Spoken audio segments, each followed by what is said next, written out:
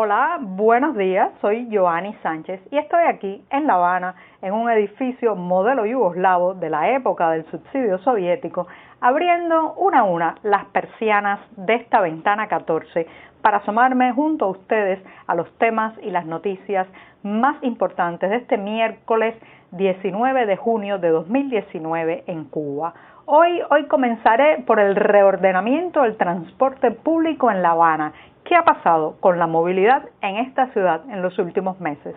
Por otro lado, el capitán de la selección de fútbol de Cuba, Yasmani López, todo indica que ha escapado del equipo durante la Copa de Oro. Mientras tanto, la Comisión Interamericana de Derechos Humanos denunció que en esta isla perdura la prohibición de asociarse y las restricciones a la expresión. Y para terminar, una pincelada de las redes sociales, Twitter, el camino de las demandas ciudadanas. Pues bien, presentados ya los temas, voy a pasar a revolver para tomarme el cafecito informativo. Ese que de lunes a viernes comparto junto a ustedes, breve, que hay que ahorrar, recién colado, todavía caliente, un poco amargo, como ya saben que me gusta a mí, pero siempre necesario.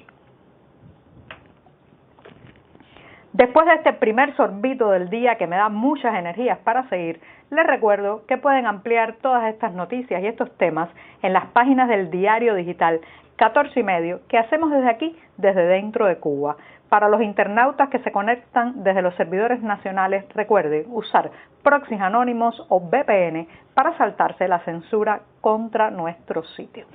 Pues bien, con esto me voy a lo que les comentaba que iba a ser el primer tema del día y que está relacionado con el reordenamiento del transporte público en la capital cubana. Reordenamiento del transporte es la frase oficial, el eufemismo o la frase burocrática oficial que se ha utilizado especialmente durante el último año para hablar de ciertos cambios que se han introducido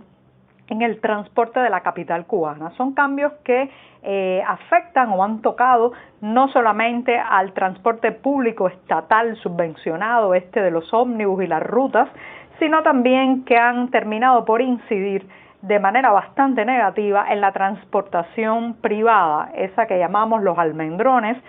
porque son la mayoría viejos automóviles de la primera mitad del siglo pasado, Chevrolet, Cadillacs, viejos autos remendados que hacen de taxis privados. Y también la aparición en ese reordenamiento del concepto del microbús, el pequeño ómnibus con apenas 12 plazas y que se suponía que en un sistema de cooperativa o a medio camino entre lo estatal y lo cooperativo iba a ayudar a aliviar el transporte público en esta gran ciudad con más de 2 millones de habitantes y donde transportarse ha sido, desde que yo tengo uso de razón, un verdadero dolor de cabeza. ¿Qué ha pasado? Pues bien, se importaron nuevos ómnibus que se pusieron a circular en las rutas más importantes. El oficialismo también destinó varios de estos microbuses a tratar de sustituir los recorridos que hacían los taxis privados. Y en diciembre del año pasado, lo comentamos aquí en Ventana 14,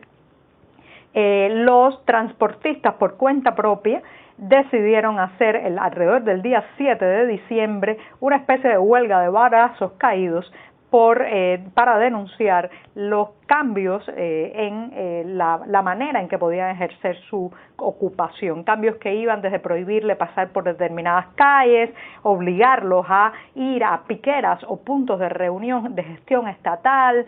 también ponerle precios topados a las tarifas de sus pasajes, y todo eso ha traído como consecuencia una oleada de insatisfacción en el sector privado de transportistas, que es, en fin de cuentas, señoras y señores, el que de manera más efectiva mueve a esta ciudad. Por otro lado, los ómnibus importados, bien, gracias, ahí están, pero la demanda es tanta que ahora ha vuelto el paisaje de las paradas de ómnibus o de guaguas, como decimos aquí, atestadas de gente que debe esperar una hora y media para poder subir a un ómnibus. Y por otro lado, los microbuses también están llenos de distorsiones. La mayoría de los que hemos podido comprobar esta semana en el diario 14 y medio por varios reporteros No está haciendo el recorrido completo, trata nada más que hacer un fragmento del recorrido, quieren cobrar el monto total del pasaje, aunque no hacen el recorrido completo, y por otro lado, pues ya están sufriendo el deterioro que trae la falta de mantenimiento, la desidia y la propia indiferencia de los conductores y de los choferes que ganan realmente muy poco por su trabajo. Entonces estamos como atrapados en un ciclo en que parece que se van a arreglar las cosas en el transporte habanero, pero esas bocanadas de oxígeno de recuperación duran muy poco y caen otra vez en lo mismo que conocemos. Y lo peor es que todo eso ha alado los precios del transporte privado hacia arriba, y ahora el tramo que antes costaba unos 10 pesos cubanos, alrededor de la mitad del salario diario de un profesional, pues ahora puede estar en 20 pesos, en el doble. De manera que más de un año después de que empezó a tocarse la alquimia del transporte público en La Habana, a reordenarse el transporte en La Habana, lo cierto es que los usuarios tenemos más dificultades para movernos, esperamos más en las paradas de ómnibus y pagamos más por los taxis privados. Pues bien, dicho esto, me voy a dar otro sorbito de café para pasar al segundo tema. El segundo tema me lleva al deporte, el fútbol, esa pasión que comparten tantos jóvenes cubanos y que ha ido desplazando poco a poco al llamado deporte nacional, dígase béisbol o también conocida popularmente como pelota. Lo cierto es que el capitán de la selección cubana, Yasmany López, la selección de fútbol, que está por estos días participando de la llamada Copa Oro de la CONCACAF, pues parece ser, todo indica que ha escapado de la delegación tras la derrota 7-0 frente a México. Después de este partido bastante desfavorable para la selección cubana, resulta que dio unas declaraciones a la prensa Yasmany López, donde dijo que habían ido al terreno a dar todo lo que tenían y entregar el corazón, y después de eso no se le ha vuelto a ver. El entrenador de la selección, el manager Raúl Mederos, ha sido muy parco en dar detalles a la prensa de si realmente pues ha escapado. En el argot oficial cubano se utiliza el verbo desertar, como si fueran militares. No ha querido confirmar la información todavía, según la agencia española EFE. También es una información que está en el diario El Nuevo Herald de Florida, en el diario español El País, pero todo apunta a que Yasmany López se ha ido de la selección, aprovechando que el equipo está jugando en territorio estadounidense y muchos especulan que en breve podrá solicitar el asilo político para quedarse en ese país. Lo cierto es que esta selección cubana de fútbol ya estaba dando mucho de qué hablar desde que llegó a Estados Unidos, porque había denuncias de que los uniformes les habían llegado tarde, desde que no los dejaban salir del hotel, los vigilantes del equipo para que no escaparan. También se decía que les estaban quitando el pasaporte y los teléfonos móviles para que no pudieran comunicarse o trasladarse, en fin. Ya había un proceso que había sido denunciado por seguidores del deporte del fútbol en Cuba y que apuntaba que estaban tratando de controlar al equipo precisamente para que no pasara esto que ha pasado, que tiene pues un simbolismo muy fuerte, porque es el capitán, Yasmany López es el capitán y el defensa del equipo cubano, y está diciendo lo que todos sabemos en voz alta con esta fuga, que los deportistas cubanos siguen sintiéndose que no tienen las oportunidades, que no son valorados dentro de su país como debería, así que escapan hacia otras latitudes, y en este caso pues ha sido en el propio Estados Unidos. Pues bien, con esto me voy a la Comisión Interamericana de Derechos Humanos rápidamente, porque este martes en Miami la CID ha presentado pues un nuevo informe, un informe sobre la situación de la democracia y el respeto a los derechos humanos en Cuba. Esto es el informe correspondiente a lo ocurrido durante el año 2018, pero ahora es que se hace público. Allí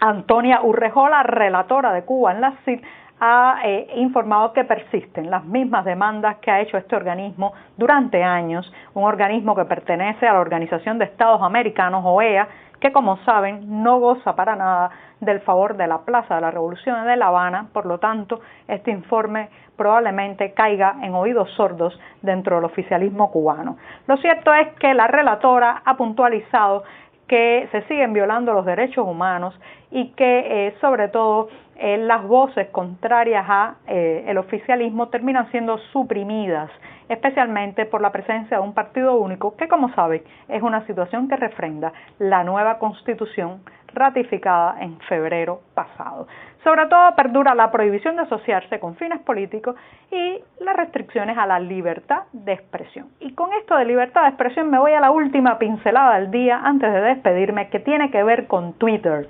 Si Facebook es la red social de los amigos, el encuentro,